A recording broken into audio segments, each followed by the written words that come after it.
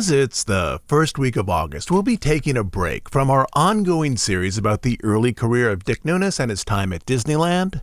Here at the DHI podcast, the first Sunday of the month is typically reserved for our news and analysis show, where we update a number of stories that we've been following and sometimes begin new ones.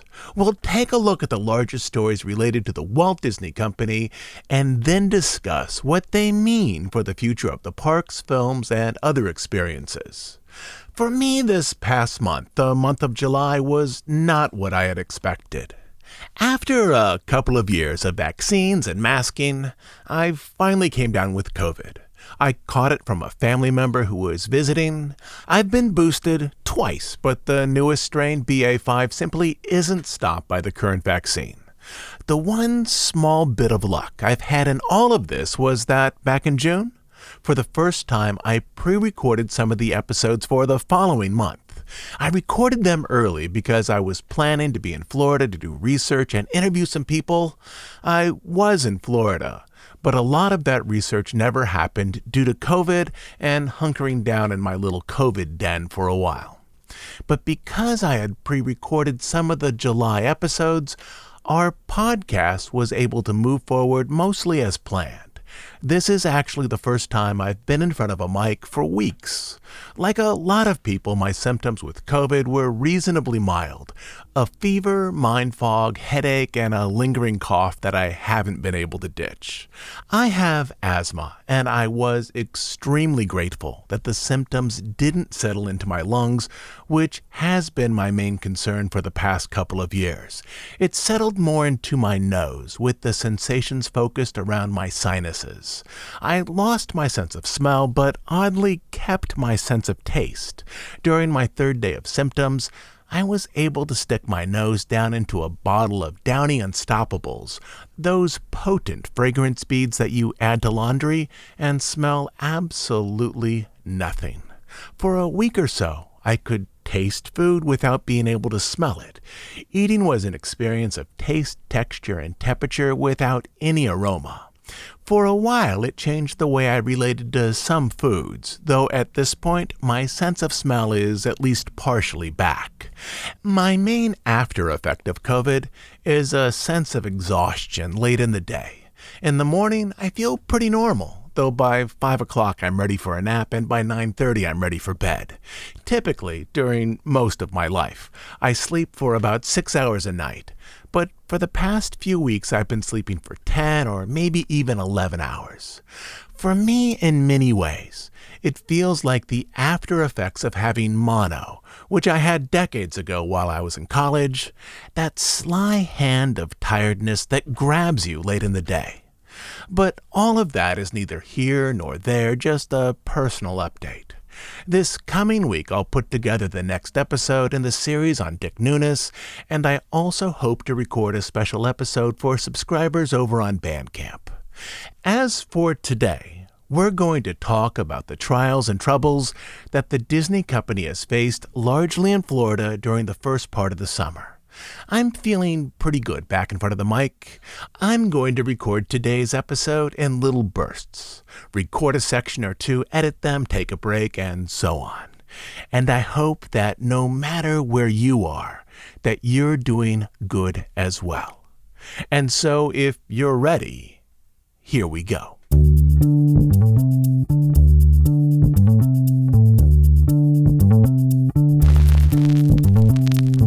For the past 5 months, we've been following the ongoing struggles between the Walt Disney Company and the state of Florida.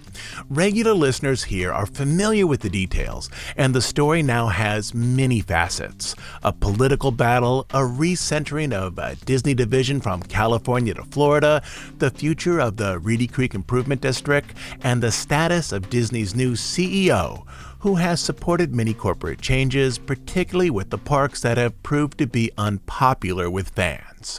Regular listeners probably know the ins and outs of the situation, but to quickly recap, In July 2021, the Disney company announced that it would move most of its parks, experiences, and products division from Glendale, California, to a new campus in Lake Nona, Florida, as a way of anchoring that division near the company's largest resort.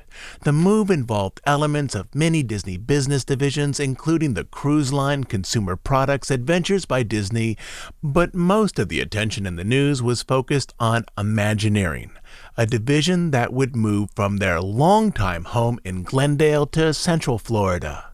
Shortly after the announcement, Imagineering lost hundreds of longtime employees, many who simply didn't want to relocate outside of California. Between pandemic layoffs and voluntary departures, the Glendale campus of Imagineering, which is the main Imagineering campus, lost around 75% of its staff, including longtime stars like Joe Rohde.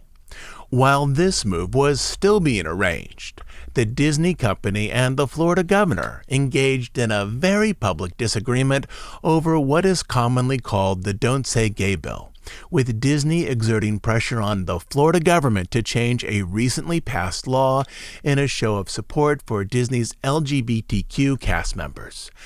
As a result of the public criticism, the Florida legislature took up a bill to strip the Reedy Creek Improvement District, which is where the Disney World Resort is located, of its Special Improvement District status, which it has held since 1967. For over 50 years, this Special Improvement District has allowed Disney to more or less self-regulate its operation through a friendly local government, bypassing oversight from Orange and Osceola counties. The bill was 2 pages long and, in retrospect, hastily assembled and didn't take into account exactly how the Reedy Creek Improvement District functioned. In the days immediately after it was passed, many state lawmakers came to understand that there would be a large downside to the dissolution of the district as they better understood how the district operated. At the heart of this misunderstanding were tax rates and bond debt. Some lawmakers had assumed that Reedy Creek had given Disney favorable tax rates, but the opposite was actually true. Instead of Reedy Creek giving Disney lower tax rates, Disney had actually taxed itself for years at a far higher rate than other businesses in Orange and Osceola counties to keep its roads in pristine condition and to fund emergency services necessary for the resort. Reedy Creek also carried over $1 billion of bond debt for various improvement projects to develop roads and other infrastructure. If the Reedy Creek District was dissolved, both the cost to run the district and the debt would need to be absorbed by host counties, which would add about $1,000 to the average homeowner's property tax bill. Though the special district had the legal ability to tax Disney at a higher rate to fund these services, regular counties in Florida, due to state limitations, did not have the authority and would need to spread the cost for these services across all taxpayers. In short, though a special district could require higher taxes for businesses within that district, if the district was dissolved and the Disney World Resort area was absorbed into Orange and Osceola counties, those counties would only have one tax rate for all businesses within the county limits, meaning that all businesses and landowners within the county would now need to support the cost of maintaining the public road systems, emergency services, and other public concerns inside of the Disney bubble. While this problem was developing, Disney was still planning to create a large corporate campus about 20 miles east of Disney World to house its parks, experiences, and products division, which would include the main Imagineering complex. Only by this time, the state of Florida, specifically its governor, was openly hostile to Disney to the point where he was fundraising off of his ability to stand up to large companies inside his state. As a result of this development, Disney saw both stockholder and fan dissatisfaction for how CEO Bob Chapek had handled the situation, which threatened Disney's ability to self-regulate in Florida. As for the actual move of the Parks, Experiences, and Products division to Florida, by this point many employees that Disney had initially asked to relocate to Florida had simply quit or vocally opposed the forced relocation. And that is where we pick up the story this week. But keep in mind that this story overall has now evolved into many individual narratives. The political battle between Disney and Governor DeSantis, the dissolution of the Reedy Creek Improvement District, a fan and investor backlash against Bob Chapek, and the relocation of a major Disney division from California to Florida.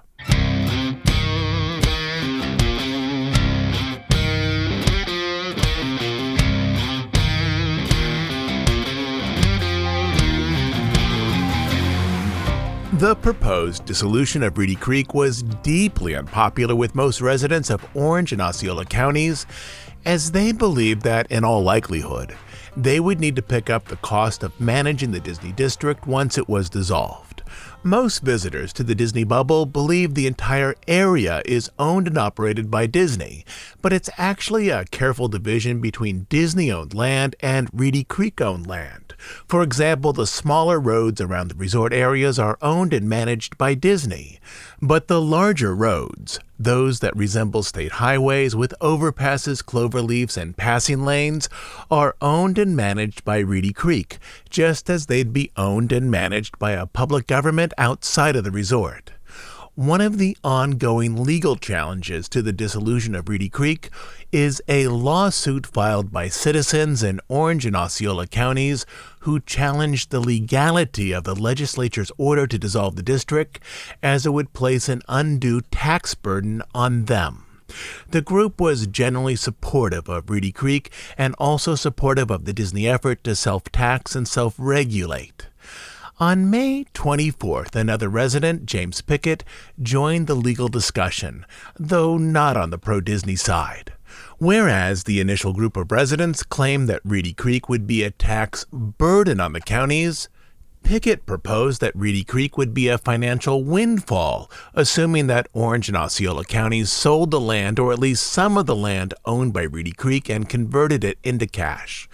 Remember that inside of the Disney bubble, Reedy Creek owns land largely for current and future public projects, which would include road development, buildings for emergency services, and other infrastructure projects. This land has increased in value over time, and according to Pickett, Reedy Creek, quote, owns approximately 7,200 acres of land. There will be at least $7.2 billion to pay for RCID's bond indebtedness of $1 billion or even $2 billion. To be honest, I'm unclear exactly how much of this land is presently being used for roads and other existing public areas, and how much is in reserve for future projects. It would be impossible to sell all of the Reedy Creek holdings unless the plan was to privatize the fire department and other emergency services and to convert the existing roads into toll roads.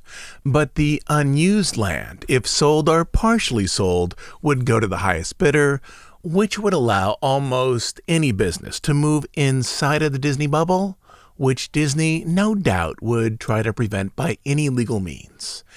But the holdings of Reedy Creek and the question of if that land could be sold add yet another layer to the troubles that surround Disney at the current moment.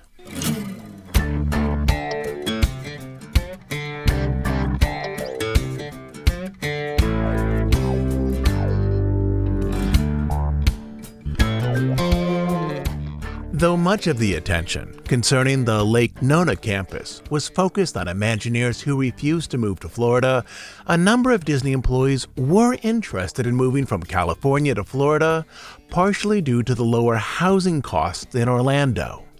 By spring 2022, some of them had sold their houses in California and were either looking for a new house in Central Florida or had purchased one.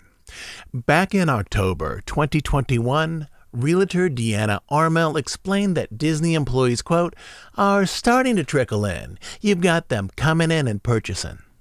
Many in the real estate industry expected Disney employees to purchase upper-end homes, as the median house price in Los Angeles was roughly $915,000, and the median house price in Orange County, Florida, was roughly one-third of that at $343,000. In short, a person who sold a house in Southern California would be able to afford a much larger house in Central Florida. Though Disney presently employs about 50,000 Floridians, many of those are hourly workers at its resort. The initial 2,000 employees transferred to the Lake Nona campus, at least in the original plans, would be highly trained professionals who command much higher salaries. Realtors saw the Disney move, which is one, if not the largest single company expansion in the region, as placing significant pressure on an already overheated market for middle to upper middle end single-family homes. But then, after the public feud between Bob Chapek and Governor DeSantis, the move started to fall apart, with some employees quitting to avoid the move altogether. Disney employees saw a number of problems with the proposed move. They were now unsure how committed Disney was to completing the Lake Nona campus as originally planned. They also saw that some Floridians were openly criticizing the political values associated with California and the Disney company, making some employees wonder how welcome they and their families would feel in Florida. And last, some were concerned that the political culture of Florida would discriminate against them inside of a state whose political agenda was very different than that of their home state of California. In the middle of June, Disney announced that it would delay the relocation of thousands of its employees to Florida by 3 years. Initially, Disney required that members of its Parks, Experiences, and Products team relocate to Florida by 2023. But with this announcement, they extended the move by 3 years. Officially, the delay was to give employees more flexibility and to allow for the completion of the Lake Nona campus. But many watching this unfold believed that a delay of 6 months or even a year might allow for a reasonable extension to complete a delayed construction project, but a delay of 3 years perhaps signaled something else altogether, such as the belief that the planned move to Florida would be smaller than initially proposed, leaving transferred employees far from the business center of the Disney Corporation. The announcement caused a number of Disney employees who were in the process of buying houses in Central Florida to cancel existing agreements. Ken Pozek, a real estate agent working with the Lake Nona area, said, quote, "We had 9 people cancel, about $5 million in sales, well over 6 figures in commissions." He continued to explain that, quote, "the majority of them were able to get their money back and some of them did walk away from deposits." Another realtor explained that at this point, it would be more difficult to convince Disney employees to move as mortgage rates between February and June had risen from 3% to 6%. For a typical $500,000 mortgage, the monthly payment had increased from $2,100 to over $3,000. In short, those Disney employees who had walked away from a far lower mortgage arrangement in Central Florida were now less likely to jump in at a later date for a considerably higher mortgage and the uncertainty of the overall Disney move. These two things, the wavering commitment by Disney to complete the Lake Nona campus in something close to the original time frame, and the significantly increased cost of acquiring a new mortgage, likely mean that if Disney does plan to move forward with this campus as initially planned, and I would say that's a pretty big if, it will be even more difficult now to persuade current employees in their Parks, Experiences, and Products division to make the move, as the move now has a far higher financial cost to them. If I had to take a guess, simply on the information we've already discussed? I'd say that the Lake Nona campus will likely emerge in a few years as a smaller development and also without many of the California residents that Disney had originally planned to move there. But again, that last part is only an educated guess.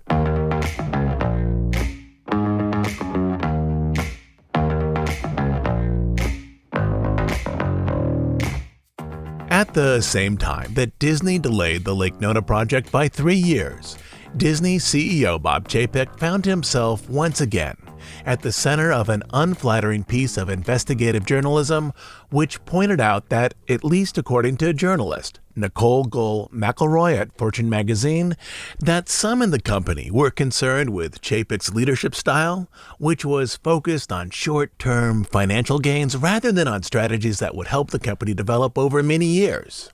For example, the Genie Plus product, priced at $15 per day in Florida and $20 per day in California, helped the Parks division increase their profits late in 2021 and in 2022, a short-term gain, but the dissatisfaction with this product, mostly the added expense of using a monetized FastPass system, might discourage other potential visitors from coming to the resorts and discourage recent guests from returning. There are two significant problems with the Genie Plus system, in my opinion.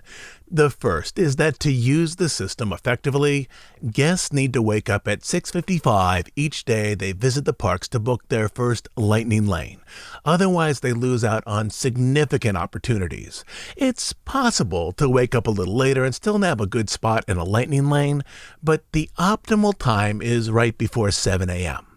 And for most people on vacation, the prospect of waking up at 6:55 to book anything is unappealing. And the second concerns the cost, and more so how guests notice it. Individually, the cost is minimal. In Florida, it's $15 a day plus tax. It's an easy click and purchase on the My Disney Experience app.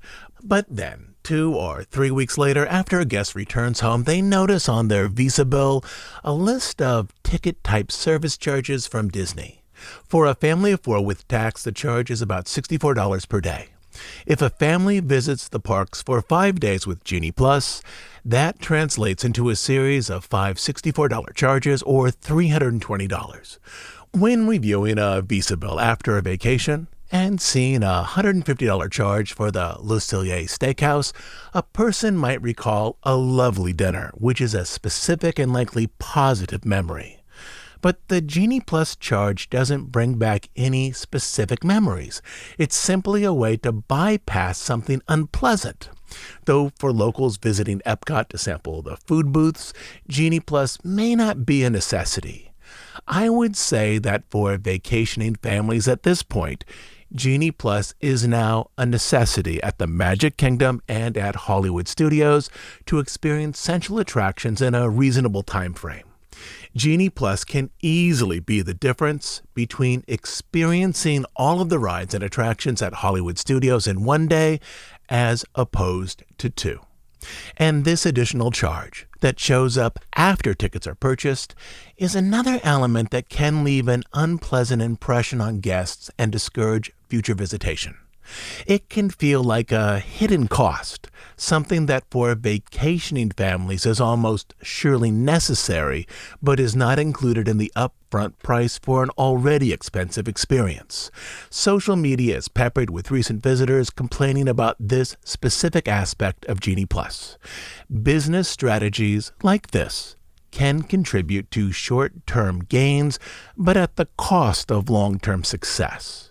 But to get back to that Fortune magazine article, it is focused on ways in which Chapek's management style is not only out of pace with recent Disney executives such as Bob Iger, who is viewed as a person with strong empathy and a deeply conveyed sense of emotion, but is also out of touch with the political and corporate realities of the 21st century business community.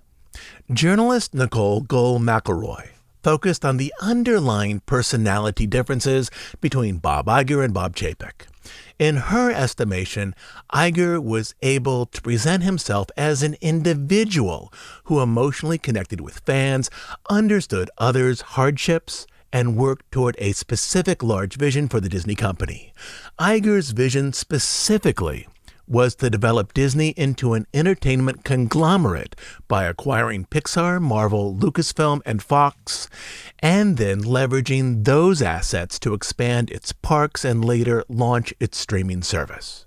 The central challenge for Chapek, a Disney executive with 3 decades experience, in her estimation, is that he lacks Iger's public empathy. He focuses on bottom-line finances rather than on radiating a deeply conveyed concern for those within the Disney company and community.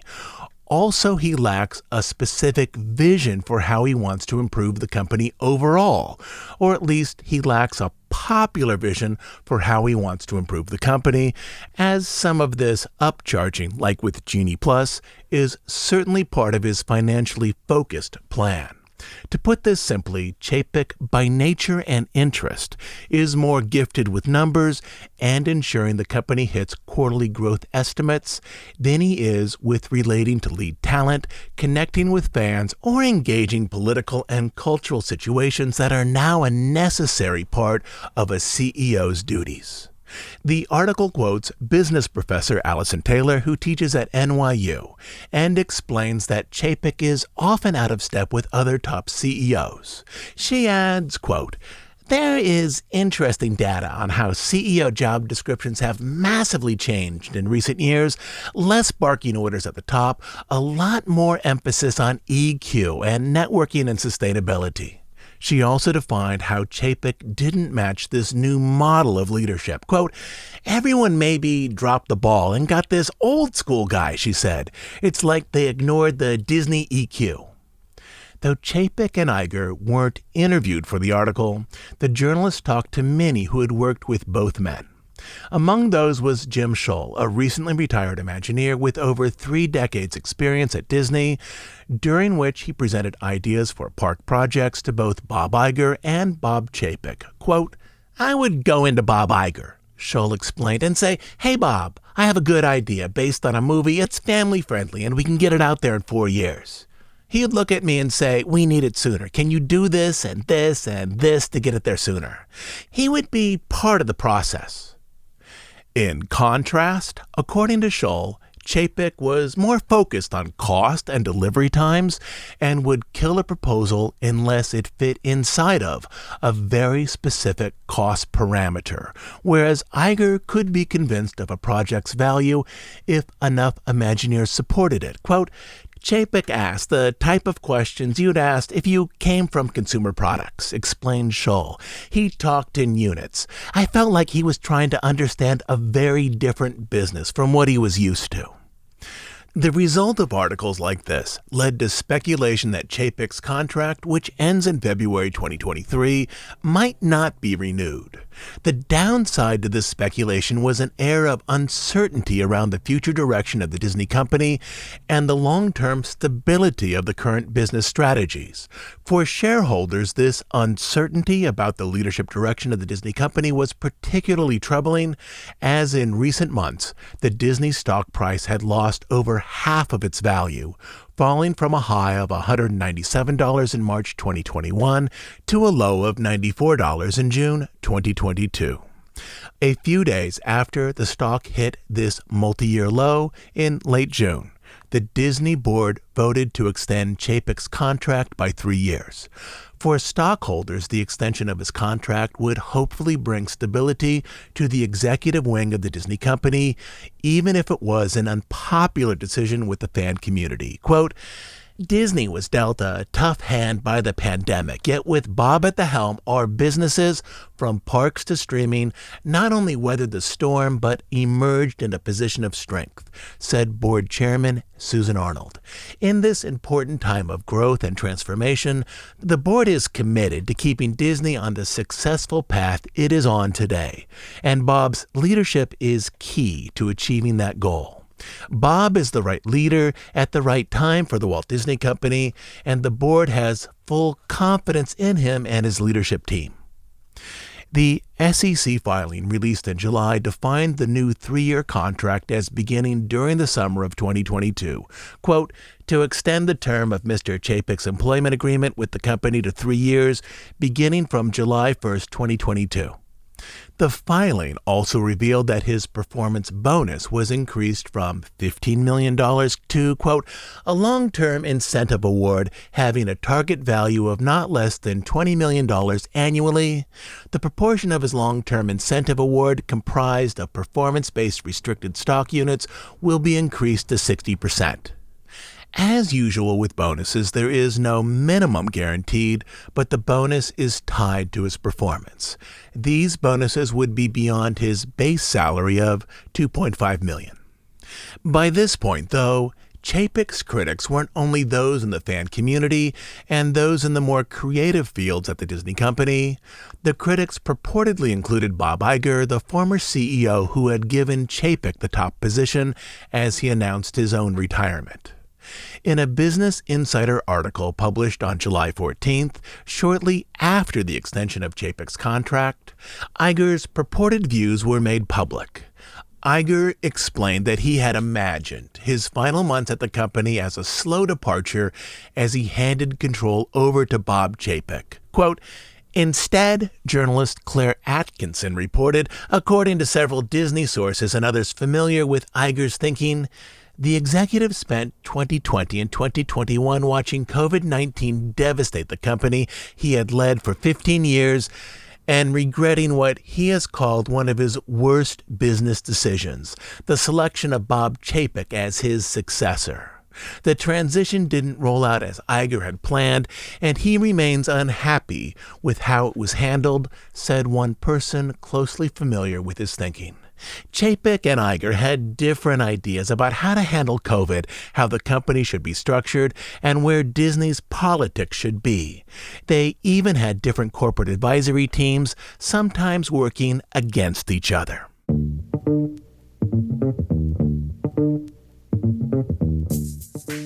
But all of this wrangling, at least so far, doesn't address the future of the Reedy Creek Improvement District and its relationship with Disney. Toward the end of July, Bloomberg published an article in which, based on new information, it charted out the likely future of Reedy Creek. The bill passed by the Florida legislature has set June 2023 as the point at which the district would be dissolved, a move that created an unintentional crisis for many tax-paying residents of Orange and Osceola counties. But the bill was also an effective tool that Governor DeSantis and other Republican lawmakers used to fundraise for their upcoming re-election bids. In short, the bill casts them as strong government officials who couldn't be silenced by large corporations.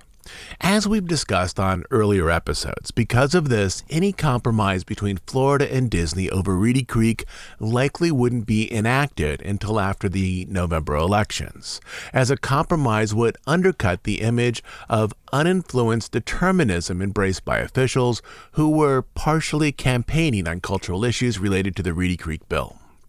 But the head of Florida's Bond Finance Division, Ben Watkins, indicated that a compromise was quietly in the works. He explained that the state was exploring ways to create a successor to the Reedy Creek Improvement District, one that would perform many of the same functions as the current district, though might be different in name and have slightly reduced powers. He specifically mentioned that the new district might not allow Disney to operate a nuclear power plant, which was one of the unusual provisions of the 1967 agreement, a provision that Disney never pursued. In fact, even if Disney were to pursue it, it's unlikely that the company would be given a permit to operate such a plant. This plan would allow Republican lawmakers to declare a type of victory by retiring the current Reedy Creek district, and then to avoid all of the financial problems associated with its dissolution by immediately creating a new district that performs nearly all of the functions of the old district and also absorbs the bond debt. Quote, I'm confident that Reedy Creek will get addressed in a more meaningful way, Watkins said. The debt will be transferred and assumed by, with the same terms and conditions, the successor entity. He further explained that the governor has been supportive of this approach and that the new district, as he understood it, would have the same ability to levy taxes, collect revenue, and manage roads, emergency services, garbage collection, and other civic duties presently managed by the current Reedy Creek district. The move would not only solidify Disney's ability to essentially self-regulate in future years, but would also solve another problem faced by the state of Florida. By dissolving Reedy Creek and a few other improvement districts established over 50 years ago, the state undermined the credit ratings of many districts in the state, indicating that really any district could be dissolved quickly, and as such, these districts might be a credit risk, as the future of their debts would be unclear. Watkins believed that the plan to replace one special district with another would solve this problem as well. Quote, "Our reputation in the credit market is extremely important to us," he said. "We don't want to jeopardize that."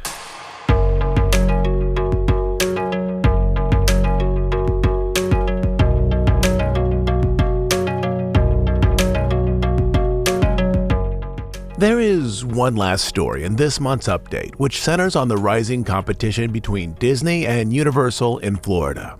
To put this in context, Universal has a new theme park, Epic Universe, scheduled to open in the summer of 2025. The land is graded and multiple structures are going vertical.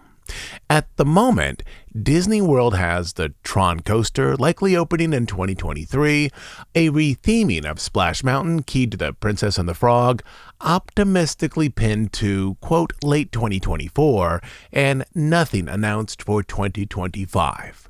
Large projects at Disney typically take years to complete. For example, Ellen's Energy Adventure closed in August of 2017, and its replacement, Cosmic Rewind, didn't open for nearly 5 years, during which time Disney constantly moved forward with production. It's possible that Disney might and likely will announce new projects for Florida at the D23 Expo in September, but at this point, aside from retheming an existing attraction, considering the timeline for previous projects, it would be very difficult for Disney to open any new e-ticket attractions, themed lands, or pavilion areas that would be completed by the summer of 2025 when Epic Universe opens. Add into this one more element, which is about that Brightline high-speed rail service that has the potential to connect up various tourist areas inside the greater Orlando area in its east-west expansion from the Orlando airport out to Tampa. 2 years ago, Brightline announced a plan that would connect the Orlando airport to Disney property, specifically a station built on land between Disney Springs and Typhoon Lagoon. Under this plan, Brightline would take visitors from the airport along the 417 far south of Universal, SeaWorld, and the Convention Center to Disney, essentially feeding out-of-town guests directly into the Disney bubble. But over the past year, a number of constituents have pushed back on the proposed route. Residents along the 417 complained that the high-speed rail would lower property values in their neighborhoods, and perhaps more significantly, the Convention Center and Universal complained that rail service would only benefit Disney and would discriminate against other tourist centers in the Orlando area, such as Universal and SeaWorld. The end result was that Brightline revised its route to follow the tourist corridor, moving into International Drive with a station near the Convention Center, and then following the I-4 south. For theme park visitors, the Convention Center station would be adjacent to Universal's Epic Universe Park and would easily feed guests into the proposed Universal bus system that will link Epic Universe with Universal Studios, Islands of Adventure, and Volcano Bay. The station would be also fairly close to SeaWorld. As this announcement was made, Disney confirmed that the new route would no longer have a stop on Disney property. There would be a stop near Disney property, but not specifically in that stretch between Disney Springs and Typhoon Lagoon. The explanation for this change was not offered by Disney, Though the Brightline Rail, if actually built on Disney property, would now allow easy and low-cost access for guests in the Disney bubble to visit the Universal parks, particularly Epic Universe. In recent years, Disney has seen Uber and Lyft take passengers from Disney hotels over to Universal, though perhaps dedicated public transportation was even more threatening than the current Uber and Lyft options.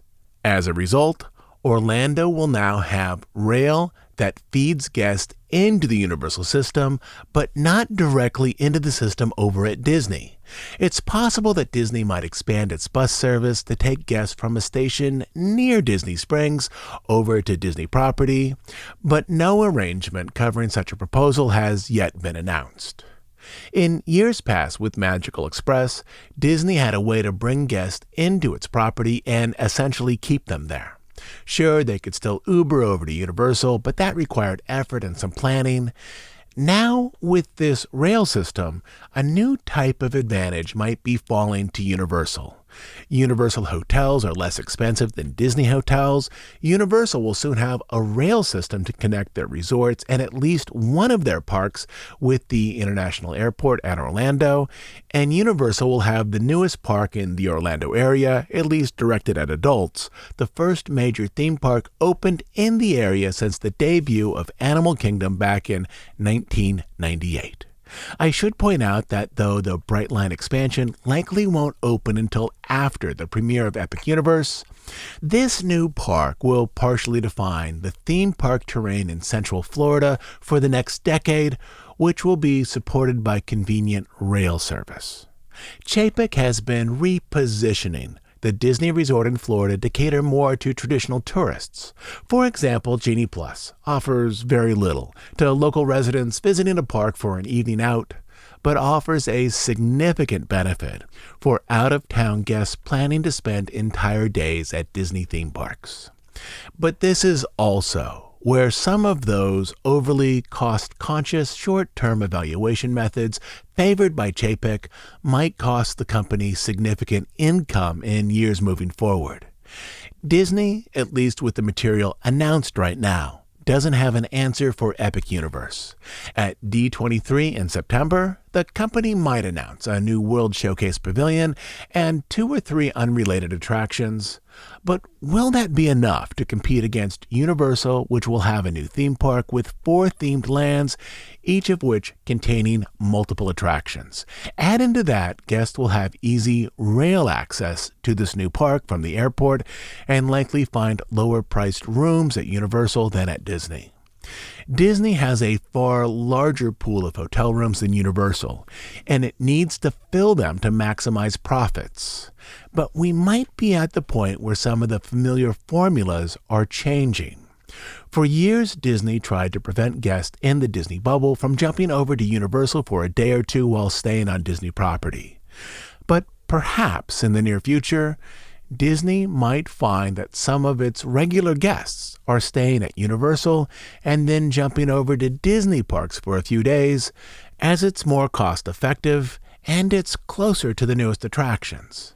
And this, I think, is where the next big question lies, one that will be answered next month. What is Disney's response to Epic Universe? And with a diminished Imagineering team, how likely is it that any large project will be in place by the time Universal opens its new park?